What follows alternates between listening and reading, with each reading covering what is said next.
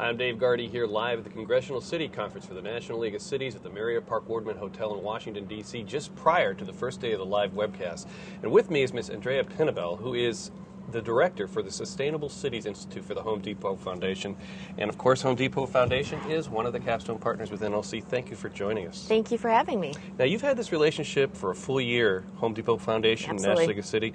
What's been accomplished in that year? Well, this is one of the relationships we are so proud of. Over the last year, we've done several different municipal guides. We've done one called Sustainable Cities, 10 Things That Cities Can Do. We've done ones on green infrastructure, on greenhouse gas emissions, weatherization, among others. We also completed NLC's first national survey around sustainability and what cities are facing right now as it relates to economic development and the priorities of cities today. And we also fund a fellow within the Innovation and Research Division. Excellent. Now, the Sustainable Cities Institute, tell us a little bit about that. That's a one-stop shop for cities to go for tools if they want to implement a sustainability program. How does it work?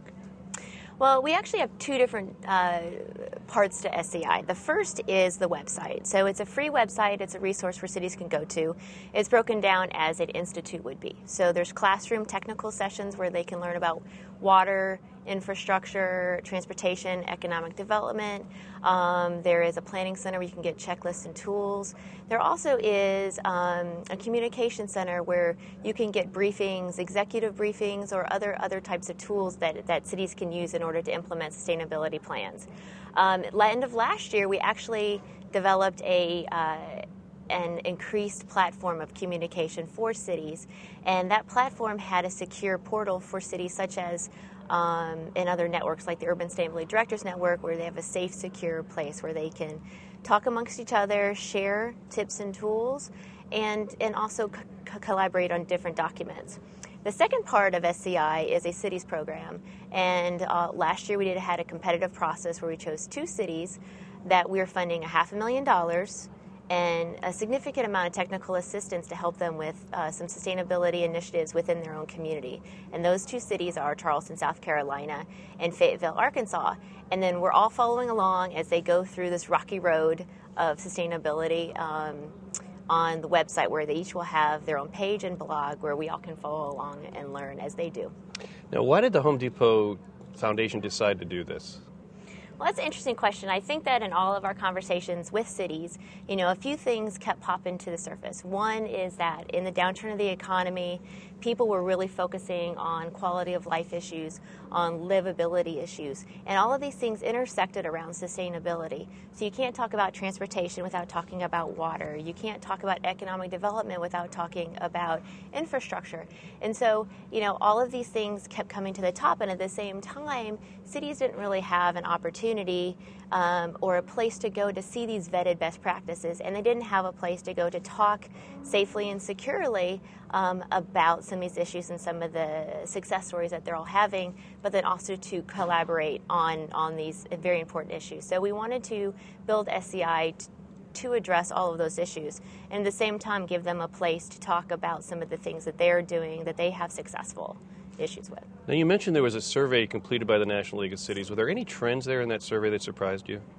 There were, and I have them here. 57% of all the cities that we surveyed considered sustainability a priority. And that's actually fairly significant, because I think even 3 or 5 years ago you wouldn't have seen that. And we sent out the survey to over 1,000 cities. We got almost 450 surveys back, and they ranged from small cities to large cities and across the country. So it was a really good cross-section of what cities are seeing today. And the fact that 57% found it to be the number one priority or a very high priority was fairly significant. I think also that there's several issues that came to the top, and most people would not be surprised by these. They were energy, economic growth, and environmental protection. And I think those are the things that we see on the news every day. So that wasn't too surprising. But the thing that I found most surprising is that 65% of all cities either have a sustainability plan or have integrated sustainability into their comprehensive plan or into their other planning initiatives. And that really shows that it's being institutionalized at the city level, which will keep it around for a long time. So I think that was surprising, but also very optimistic. Well, thank you, Andrea. Now, if sustainability officers want to go someplace to get the sustainability tools, what should they do? A couple of really easy things. You can go to sustainablecitiesinstitute.org, or you can go to the NLC website and look under their topical areas and click sustainability, and you'll have all the information that's there. Thank you again for joining us, Thank Andrea you. Pinabell, who is the Sustainable Cities Institute Director for the Home Depot Foundation.